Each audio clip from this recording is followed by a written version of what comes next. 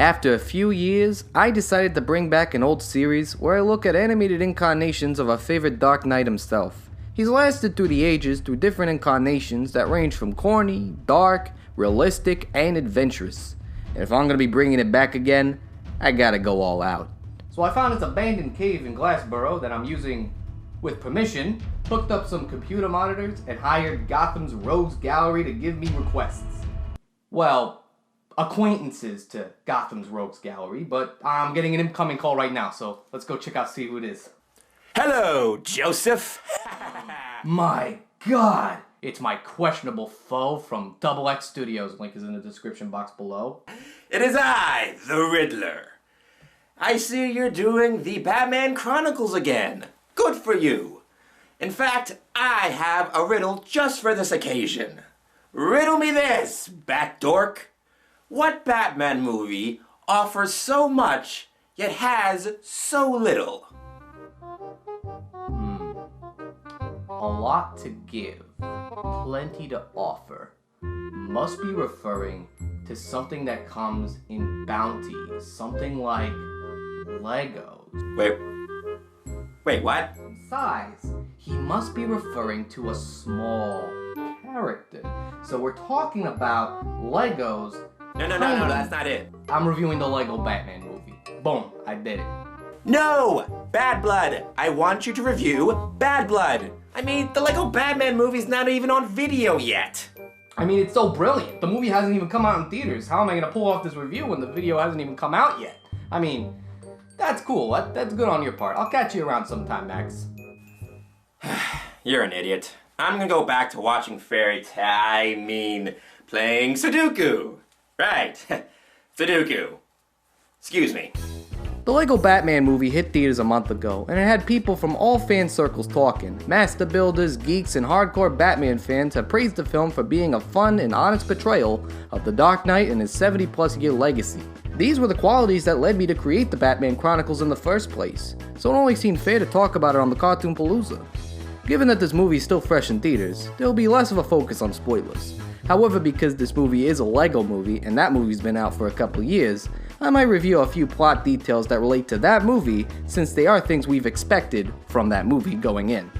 However, the big question this movie poses, is this movie a good Batman movie? Dare I'd say, one of the best Batman movies of all time. I'm gonna say this. The Lego Batman movie is a good movie. In fact, it's a good Batman movie. Do I think it's one of the best Batman movies of all time?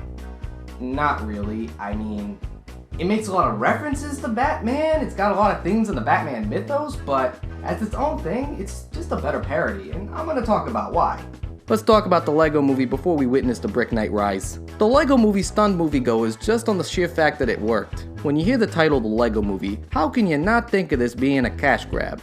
A simple marketing ploy to sell toys. Truth be told, I'd be lying if I said I didn't think about that at first. But then, I saw the directors of Cloudy with a Chance of Meatballs directing, so I felt a bit more optimistic. I finally saw the movie and I was blown away. This was a smart, postmodern experience that made it hard to top. However, when they announced that the next movie was not going to be a Lego movie sequel, instead a spin-off starring Will Arnett's Lego Batman character, again, I was thrown off.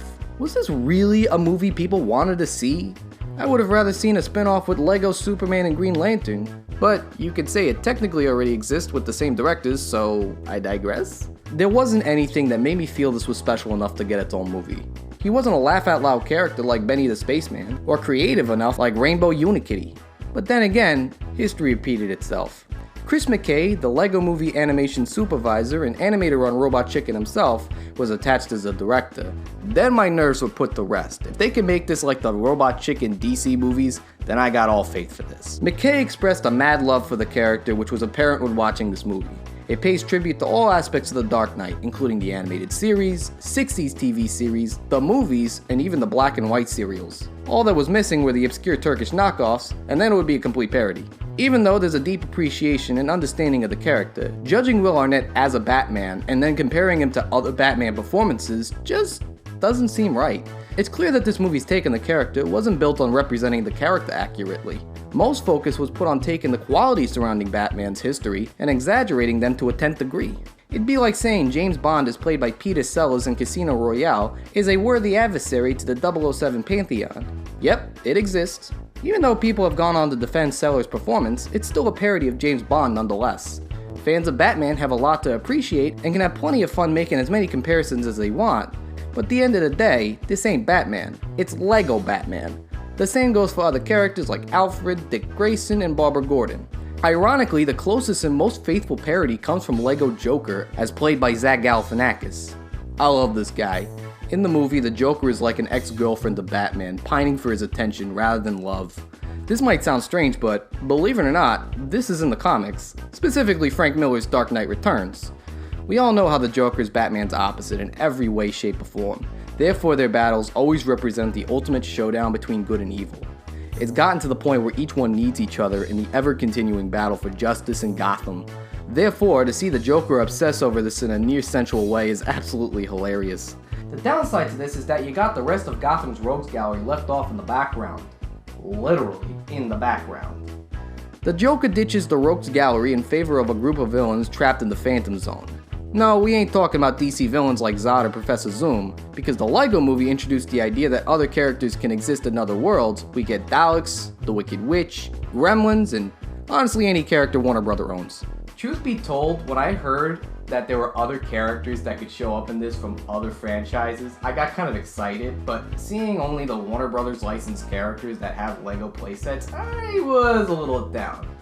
This also brings a good question. If Zod was mentioned as being trapped in the Phantom Zone, then why don't we get to see him later? Either way, because the Joker becomes the focus and the main adversary, it leaves the rest of Batman's villains in the background. There are scenes where they're easily dropped on a dime, leaving behind not just great characters like the Riddler, Penguin, and Poison Ivy, but their voice actors including Conan O'Brien and Billy D. Williams as Two-Face. A very neat homage to his character in Batman '89, by the way. Even though this movie may be a great Batman parody, what does it mean it's a Lego movie? Honestly, as a Lego movie, it adds another level to an already great movie. What I find funny is how even though nobody was expecting there to be another Lego movie outside of a Lego movie sequel, the Lego Batman movie sets up endless possibilities to introduce other Lego playsets in their own smaller movies, pretty much making their own cinematic universe like Marvel Studios. This brings the question if the next Lego movie will not just be a return of our favorite characters, but include characters we grew to love like Lego Joker and Lego Robin. What many Batman fans and aficionados like about this movie is how it plays on his loneliness, and uses the theme of friendship and teamwork regarding his partners Alfred, Robin, and Batgirl. What I found funny is how in trailers it made it seem as if Robin was going to be the focus of this theme, but the film manages to give enough time for other characters. Too bad it wasn't enough for the villains, but I guess it's a two-way street. Fans like to see Batman as an ultimate paranoid who likes to stay on top of everything. When the movie exploits this like a narcissistic character trait, comic fans see him as secluded and stubborn.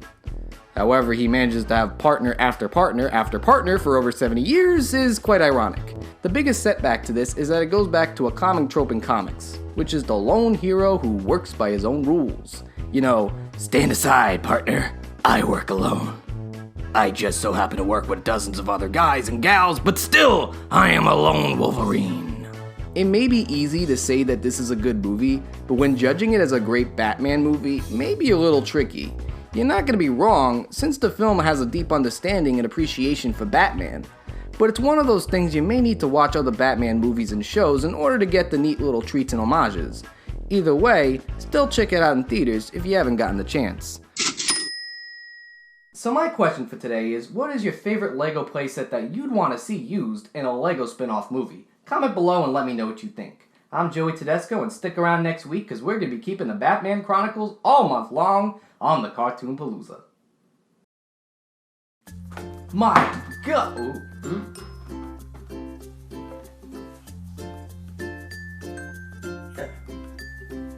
Well, that's gonna be the video.